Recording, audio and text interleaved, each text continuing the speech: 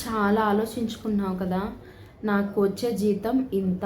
చాలా తక్కువ. కానీ అప్పులు, ఖర్చులు లేదా ఇంకెవరికో ఇవ్వాల్సినవి లేదా ఇంకేవేవో చాలా ఉన్నాయి. నాకొచ్చే జీతం మాత్రం చాలా తక్కువ. వీటన్నిటిని నేను ఎలా మెయింటైన్ చేయాలి? ఈ ఫంక్షన్ వస్తుంది లేదా పలాని వాళ్ళు ఈ ఫంక్షన్‌కి పిలిచారు. ఎలా వెళ్ళాలి? వాళ్ళకి ఒక గిఫ్ట్ పెట్టాలి. వాళ్ళకి గోల్డ్ పెట్టాలి. మాకు వారు మనీ ఇచ్చున్నారు. మేము వారికి తిరిగి ఇవ్వాలి.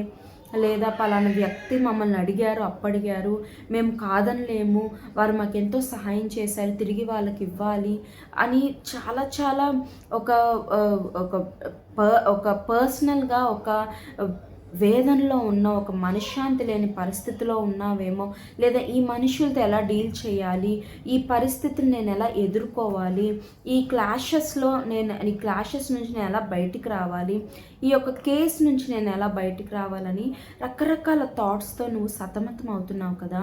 అయితే దేవుడు నీకు ఇవాళ ఒక్కటే చెప్తున్నాడు, నా నీతిని నా రాజ్యాన్ని మొదట నీవు వెతుకు, అప్పుడు అవన్నీ నీకు అనుగ్రహింపబడనని దేవుడు మాట్లాడుతూ ఉన్నాడు.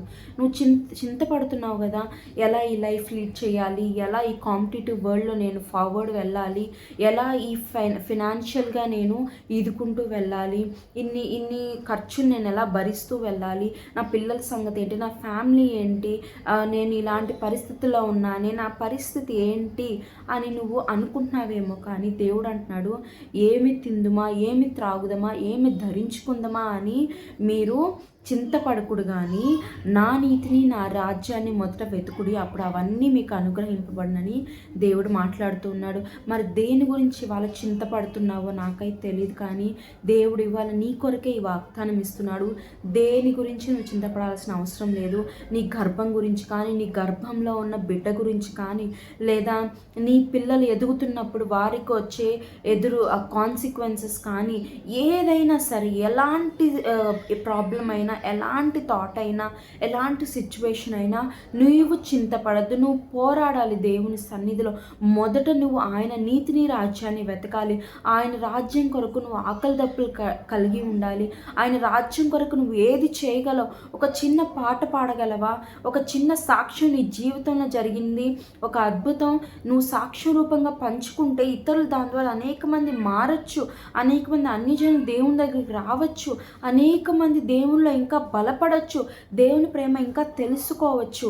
మరి అట్టి ప్రేమ, ఆయన వెతికే మనసు నీలో ఉండాలి.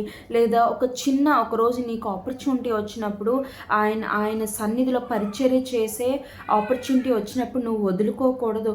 ఇదిగోమ్మా ఇవాళ పాస్టర్ లేరు లేదా పాస్టర్మ్మ లేరు, నువ్వు ఇవాళ వాక్యం చెప్పాలి లేదా ఆరాధన జరిగించాలన్నప్పుడు నువ్వు వెనక తీయకూడదు.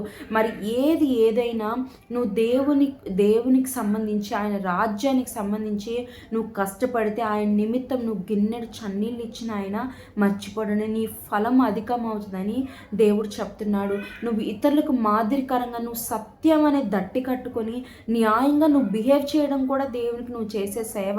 చాలామంది అబద్ధాలు ఆడుతూ దేవునికి అవమానకరంగా మేము దేవుని బిడ్డలను చెప్పుకుంటూ అవమానకరంగా జీవిస్తున్నారు. కానీ నీవైతే ఏం చేయగలవని నువ్వు అనుకుంటున్నావు, కానీ నువ్వు నిజం మాట్లాడు. సత్యాన్ని ఏమైనా నీకు ఎన్ని ప్రాబ్లమ్స్ వస్తాయని నువ్వు ఫీల్ అవుతున్నా, జస్ట్ నువ్వు ట్రూత్ మాట్లాడితే చాలు.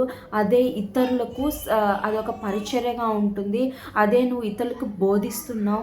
అట్లనే న్యాయంగా నువ్వు ఉన్నప్పుడు నువ్వు దాని ద్వారా కూడా దేవుని సేవ చేస్తున్నావు. నువ్వు ఎలా దేవుని కోసం వాడబడగలవో, ఎలా దేవునికి ఇంపార్టెన్స్ ఇస్తావో, మార్నింగ్ లేచిందే దేవునితో నువ్వు మాట్లాడు. నీ ఫ్యామిలీతోనూ, నీ పిల్లలతోనూ, నీ భర్తతోనూ మాట్లాడాలని, వారు నాతో మాట్లాడలేదు, నన్ను పట్టించుకోవట్లేదని ఏడవద్దు. నువ్వు కేవలం లేచిన వెంటనే దేవునితో నువ్వు మాట్లాడు. దేవా, మంచి నిద్ర ఇచ్చావు, నిన్నటి వరకు నన్ను కాచి కాపాడావు, ఇక మీద కూడా ఈరోజు కూడా నువ్వు సహాయం చేయి, నా కుటుంబం కొరకు నేను ప్రార్థిస్తున్నాను, నువ్వు ప్రార్థించి నీ అవసరతలు చెప్పు, దేవుని కృతజ్ఞతాస్తుతులు అర్పించు. దేవుని తప్పక నేను ఆశీర్వదిస్తాను. మొదట నువ్వు ఏదైనా ఆయన్ని వెతకాలి. ఎక్కడికి వెళ్ళినా ప్రార్థన చేసుకొని వెళ్ళాలి. నువ్వు ప్రతిరోజు కనీసం 3-4 చాప్టర్స్ అన్న బైబిల్ చదవాలి.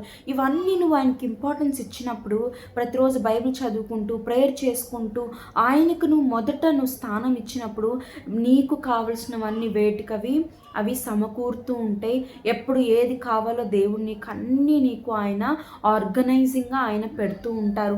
మరి అదే కదా మనకి కావాల్సింది. ఎప్పుడు ఏది కావాలో, ఏ అవసరంలో మనకి సహాయం రావాలో, ఏ అక్కర మనకుందో అవన్నీ దేవునికి తెలుసు కనుక మనం అన్నీ మన నీడ్స్ అన్నీ ఫుల్ఫిల్ చేయబడాలి. మనం కంటెంట్ఫుల్గా బ్రతకాలి అంటే మనం చేయవలసింది ఒకటే, దేవుని నీతిని రాజ్యాన్ని మనం మొదట వెతకాలి. ఆయనకి ఇంపార్టెన్స్ ఇవ్వాలి.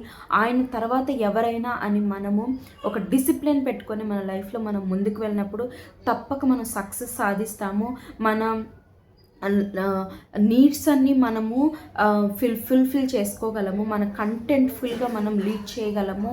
అలాగే మనం ఎలాంటి జీవితం కావాలనుకున్నామో, ఎలాంటి స్థితిలో నువ్వు గొప్ప స్థితిలో ఉండాలనుకుంటున్నావో అలాంటి స్థితి కూడా దేవుడు నీకు ఇవ్వగలడు. కనుక కేవలం నువ్వు దేవుణ్ణి ఇంపార్టెన్స్ ఇవ్వు దేవునికి. దేవుడు తప్పక నీ లైఫ్లో కార్యాలు చేస్తాడు. ఆమేన్.